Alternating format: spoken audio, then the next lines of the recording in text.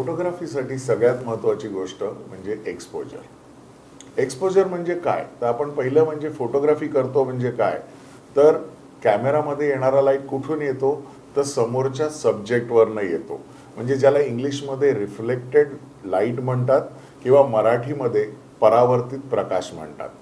Photography कशावर अवलंबून आहे, तर ह्या परावर्तित प्रकाशावर अवलंबून आहे. लाईट जेव्हा कॅमेरामध्ये जातो तेव्हा त्याच्याबरोबर ती इमेज आतमध्ये रेकॉर्ड होते. आता ह्या लाईटवरचा कंट्रोल म्हणजे प्रमाणित, थोडक्यात कंट्रोल्ड लाईट, कंट्रोल्ड एक्सपोजर म्हणजेच चांगली फोटोग्राफी. तर ह्याच्यासाठी सगळ्यात महत्त्वाच्या दोन गोष्टी आहेत.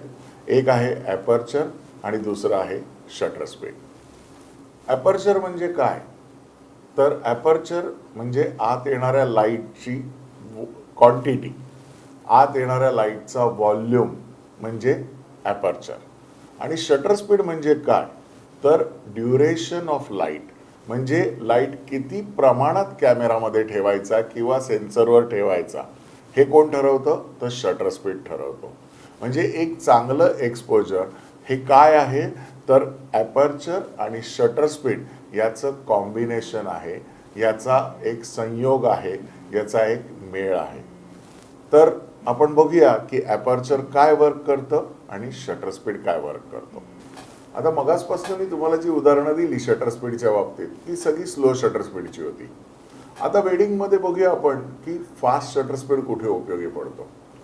आणि बऱ्याच फोटोग्राफर्सचा, अगदी चांगल्या चांगल्या फोटोग्राफर्सची ही चुकी होताना मी बघतोय, जी इथे मी नमूद करतोय. जेव्हा आपण फोटोग्राफी करताना, वेडिंग फोटोग्राफी करताना आउटडोअरला जातो, स्पेशली वरात शूट करायसाठी. आता बाहेर गेल्यावर नॅचरली इनडोअरपेक्षा आउटडोअरला लाईट खूप जास्त असतो. पण बरेचसे फोटोग्राफर इथे चुकी काय करतात, तर आपला आतला जो ISO असतो 800 वगैरे हा तसाच ठेवतात. आतमध्ये आपण जेव्हा वेडिंग शूट करत असतो तेव्हा आपला शटर स्पीड असतो 100, 80, 125, पण जनरली 100लाच असतो. आता आउटडोअरला गेल्यावरती बरेचसे फोटोग्राफर पहिला फोटो क्लिक करतात जो नॅचरली ओव्हर एक्सपोज होतो, म्हणजे आपल्या भाषेत जळतो. का, तर आपण पटकन अभ्यासच करत नाही की आत्ता बाहेर जो ॲम्बियंट लाईट आहे, अवेलेबल लाईट आहे, तो काय आहे, तो कंटिन्युअस लाईट सोर्स आहे. तो फ्लॅशसारखा एकदा पडून बंद होतो का, नाही. मग तो कशाने कंट्रोल झाला पाहिजे, तर तो शटर स्पीडनी कंट्रोल झाला पाहिजे. सो अतिशय महत्त्वाची गोष्ट लक्षात ठेवा की जेव्हा तुमच्याकडे कंटिन्युअस लाईट सोर्स आहे तेव्हा सगळ्यात पहिलं तुम्हाला कशाला कंट्रोल करायचं आहे, तर तुमच्या शटर स्पीडला. शटर काय ठरवतं की स्लो मला घ्यायचं आहे म्हणजे ब्लर घ्यायचं आहे का काय करायचं आहे, शार्प घ्यायचं आहे, न हललेला घ्यायचा आहे, ॲक्शन फ्रीज करायची आहे, तर इथे शटर स्पीड कार्य करतं. तर आउटडोअरला गेल्यावर जेव्हा मला वरात शूट करायची आहे त्यावेळेला काय होतं की मी उगाच 11 किंवा 16 ॲपर्चर लावतो आणि शटर स्पीड कुठे ठेवतो, 100वरच ठेवतो. ह्याचा परिणाम काय होतो की नाचत असणाऱ्या लोकांचे हात ब्लर येतात. ही चुकी बरेचसे फोटोग्राफर करतात.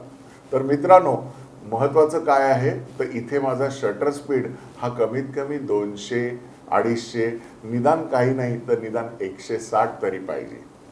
ॲपर्चर जे मला लावता येईल ते 5.6, 8 जे काय मिळेल ते.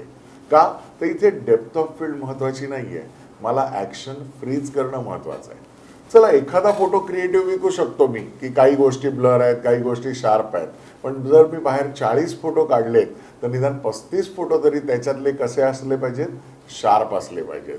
सो ही शटर स्पीडची दोन महत्त्वाची उदाहरणं झाली. इनडोअरला असताना तुम्ही स्लो शटर स्पीड करून एक स्टोरी क्रिएट केली, पण आउटडोअरला गेल्यावर काय केलं, तर शटर स्पीड वाढवून ॲक्शन फ्रीज केली. जसं शटर स्पीड आपण बघितला तसंच आपण आता दुसऱ्या गोष्टीकडे वळूया, ॲपर्चर. ॲपर्चर साधारण कुठून सुरू होतं, तर 1.2 पासून सुरू होतं ते 22 पर्यंत जातं.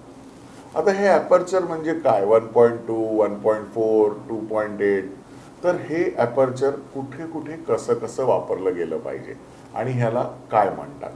तर सगळ्यात पहिलं येऊया आपण 1.2 पासून 2.8 पर्यंत. ह्याला म्हटलं जातं क्रिएटिव्ह ॲपर्चर. क्रिएटिव्ह ॲपर्चर म्हणजे काय, तर परफेक्ट ज्या गोष्टीवर फोकस कराल तेवढीच गोष्ट तुम्हाला हायलाईट होते, दिसते. बाकी त्याच्या पुढचं आणि मागचं सगळं ब्लर जातं. आता हे क्रिएटिव्ह ॲपर्चर म्हणजे कॅन्डिडला लागणारी अतिशय महत्त्वाची गोष्ट. पण मित्रांनो अगदी स्पष्ट सांगतो की आपल्या प्रत्येक क्लायंटला ही टेस्ट आहे का हे पण महत्त्वाचं आहे. नाही तर बऱ्याच वेळा तुमचे फोटो रिजेक्ट होतात की मी फोकसमध्ये आहे, माझी सौ मागे आउट फोकस गेली आहे, किंवा आमकी एकच गोष्ट फोकस आहे, मागे सगळं ब्लर दिसतंय. तर म्हणून कॅन्डिड ही गोष्ट अल्बममध्ये कशी आली पाहिजे, तर जसं आपण एखाद्या बिर्याणीवर गार्निशिंग असतं म्हणजे सजावट असते तशी असली पाहिजे. म्हणजे त्याचं प्रमाण हे तुमच्या अल्बममध्ये 20% असलं पाहिजे.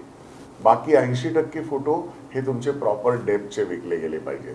कदाचित हे चित्र पुढे बदलेल कालांतराने, पण आजच्या परिस्थितीत तरी हेच दिसतं की 20% कॅन्डिड आणि 80% ट्रॅडिशनल फोटोग्राफी. तर हे जे 1.2 पासून 2.8चं ॲपर्चर आहे हे अतिशय क्रिएटिव्ह ॲपर्चर आहे. सो ह्याची टेस्ट आपल्या क्लायंटला आहे का, नसेल तर ती हळूहळू लावली पाहिजे. ह्याच्यानंतर येतो दुसरा ॲपर्चर F4. हे सगळ्यात छान आहे कुठे, पोर्ट्रेटसाठी. पण कुठल्या पोर्ट्रेटसाठी, इथेही मी म्हणेन की क्रिएटिव्ह पोर्ट्रेट. थोडक्यात 2 डोळे थोडेसे फोकसमध्ये आहेत आणि साधारण कानाच्या पाळीपासनं म्हणजे झुमक्यापासनं घ्या किंवा ह्याच्यापासनं मागे ब्लर जायला सुरुवात होते. ह्याच्यावरती तुम्ही सिंगल माणसाचं क्रिएटिव्ह पोर्ट्रेट घेऊ शकता. पण ज्याला प्रॉपर पोर्ट्रेट म्हणतात डेप्थ ऑफ फील्ड सकट, त्याच्यासाठी तुम्हाला जायला लागतं 5.6 ॲपर्चरवर, ज्याच्यामध्ये नाकाच्या शेंड्यापासनं कानाच्या पाळीपर्यंत सगळी गोष्ट डेप्थमध्ये येते. ऑर्नामेंट्स नवरीचे डेप्थमध्ये येतात. तुमचा प्रत्येक फोटो ऑर्नामेंट्स ब्लरचा विकला जाणार नाही. म्हणून जिथे प्रॉपर डेप्थनी फोटो हवा आहे तर तिथे 5.6 ॲपर्चर वापरलं गेलं पाहिजे. 5.6 ॲपर्चरच्या नंतर 8 येतं, 8 ॲपर्चर.